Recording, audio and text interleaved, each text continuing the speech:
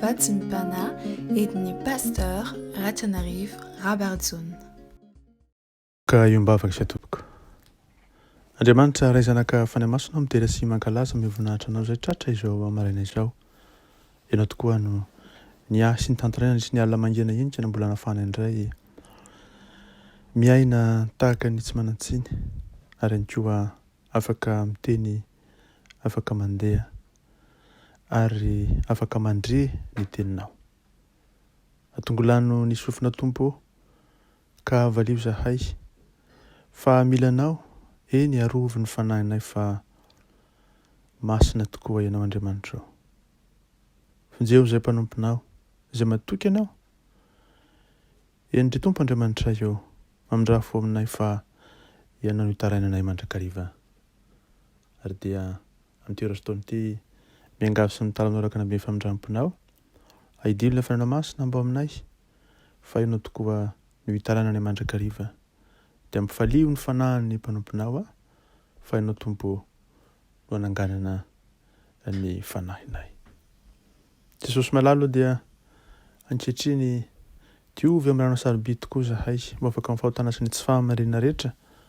Ary dia ilay fa ianao masina taradalanay mba hahafahanay mandre ny teninao, teny fiainana, teny izay omeno ny mandrakariva. Araka izay voarakitra ao anatin'ny baibolinao masina, tarafo ny fainao masina, azavainy izany fainao masina izany. Misaotra Jesosy. Alleluia. Amen. Amintsika ny fahasoavana sy ny fiadanana avy amin'Andriamanitra Ray Jesosy Kristy ary ny fampiraisana avy amin'ny fanahy masina. Amen. Sarotra raisina ve ny tenin'Andriamanitra?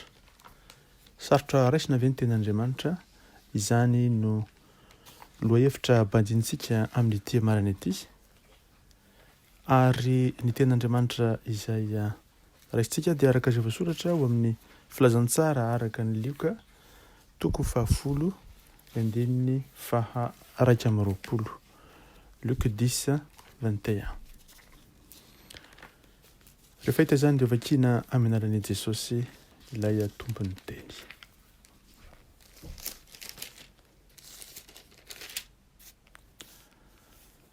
Ary tamin'izany diondro izany dia ravoravo tamin'ny fanahy masina Jesosy karana hoe mideranao araiko.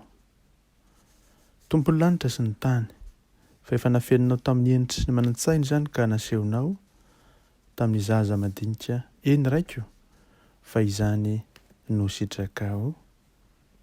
Amen. Afenina tsy ho azon'ny hendry sy ny manan-tsaina kanefa aseho kosa sy ariary ambaribary amin'ny zaza madinika. Izany tokoa ny tenin'Andriamanitra. Raha io tenin'Andriamanitra tokoa no raisina dia tsy mba sarotro izany ary tsy mba sarotro raisina izany ny tenin'Andriamanitra. Na dia ny ankizy aza dia mahazo azy, na dia ny zaza madinika aza dia mahatakatra ny zavatra ambarany.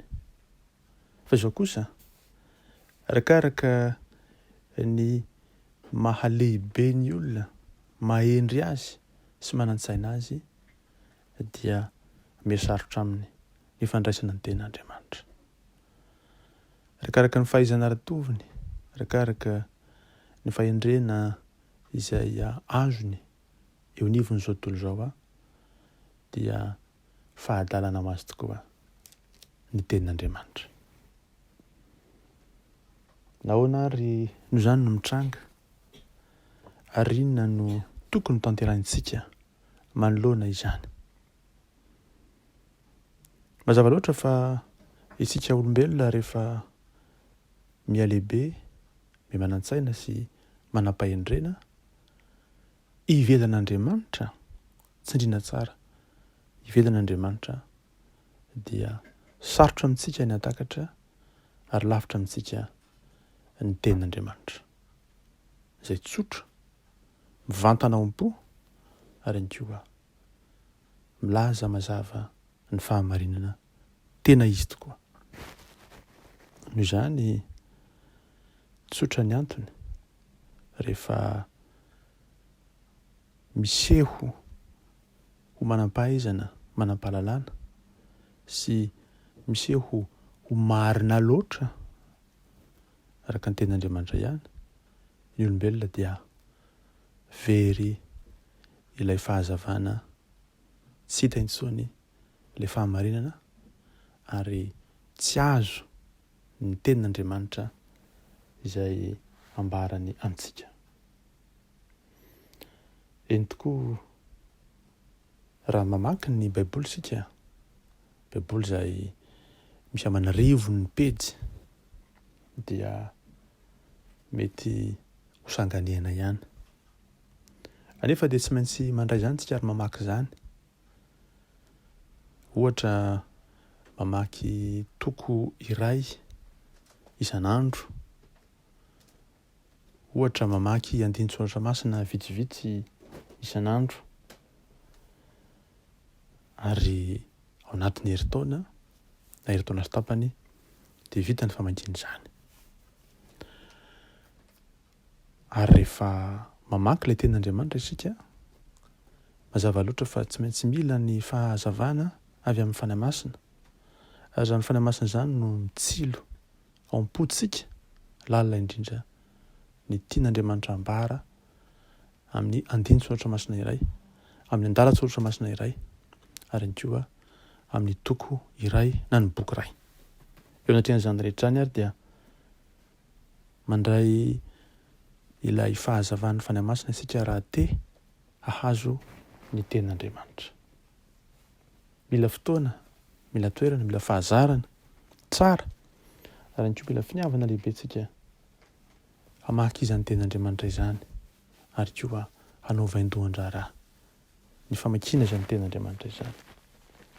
Fa tamin'ny voalohany tokoa dia nahary lanitra sy ny tany Andriamanitra, ary raha izay tenin'Andriamanitra izay no raisitsika dia ao dia tokoa ny manam-pahaizana ataoko anaty farankisosona, ny manam-pahendrena ataoko anaty farankisosona ihany koa, manambara fa tena manam-pahaizana tokoa ve sy manam-pahendrena tokoa ve ny olona izay milaza izany, dia manambara fa nisy karazana fipoahana lehibe, dia rehefa avy eo nisy fivoarana, ary dia ombieny dia nitranga ny tany sy ny lanitra.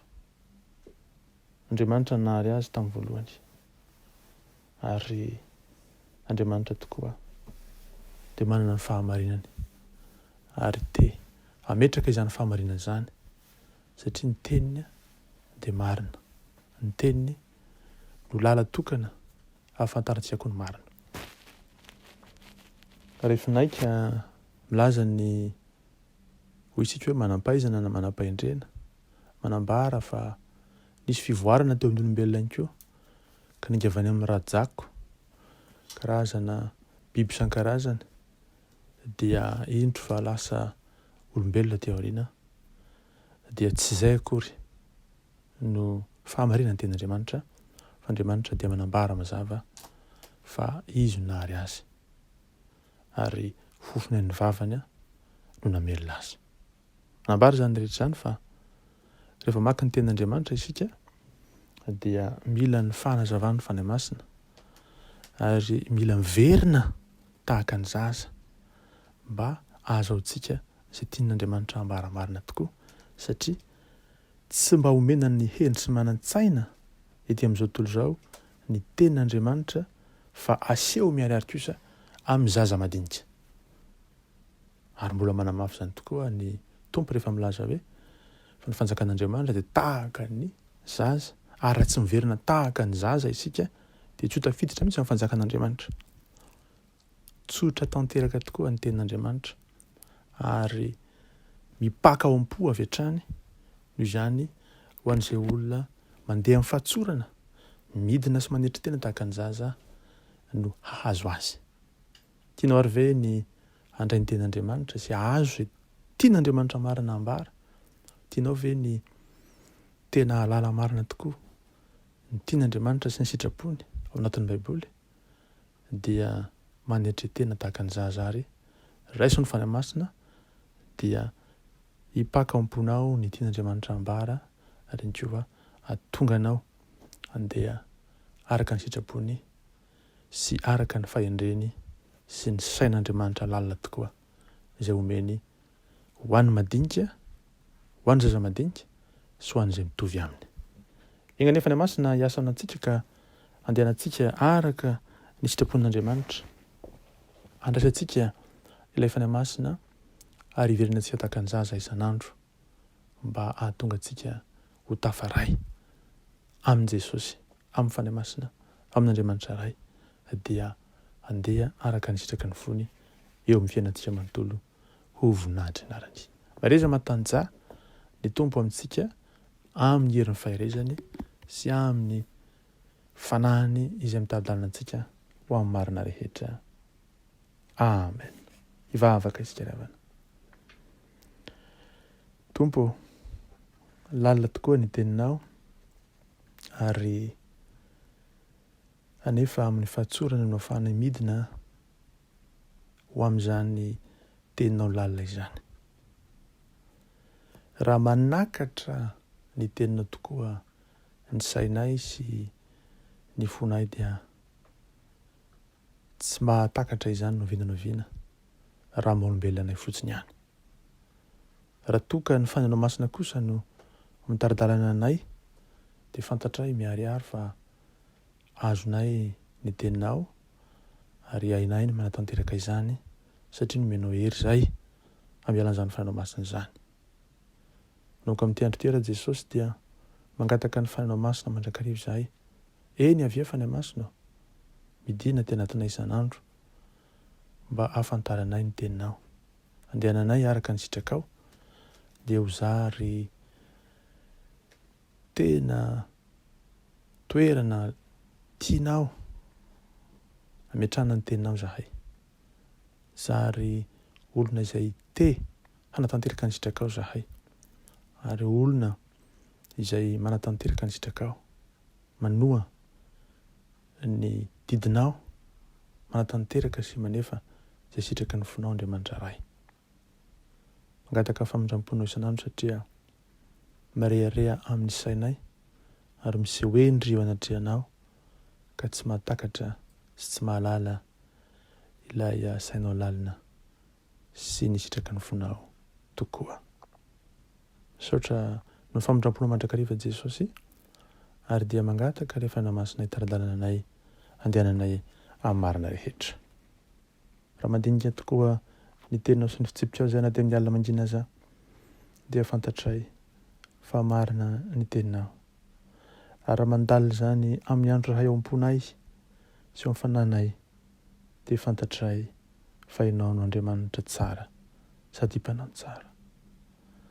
Eny tokoa ny fahatsaranao dia tsy lany ary ny teninao dia maharitra mandrakizay. Ampianaro izay fikitra amin'ny teninao, ampianaro andeha araka ny lalànao mba ahazoanay fahasambarana aty an-tany sy ano manana akory mandrakizay rahatrizay. Hitory izany fanjakanao izany sy ny fahamarinao izany eo anivon'izao tontolo izao izay very sy ao anatin'ny aizina ka hahatonga anay Jesosy ho fahazavana tahaka anao ety an-tany. Misaotra mankasitraka ramporam-panahy izay mpanomponao satria tsara sy masina ny lalànao ry Andriamanitra tsara indrindra ao. Fahasoavanao Jesosy Kristy, ny fitiavanao Andriamanitra ray, ny hery sy ny fampiraisana avy amin'ny fanahy masina ho aminay isan'andro mandrakizay ne foana kosa ny voninahitra anio ampitso ary ho mandrakizay. Aleluia. Amen.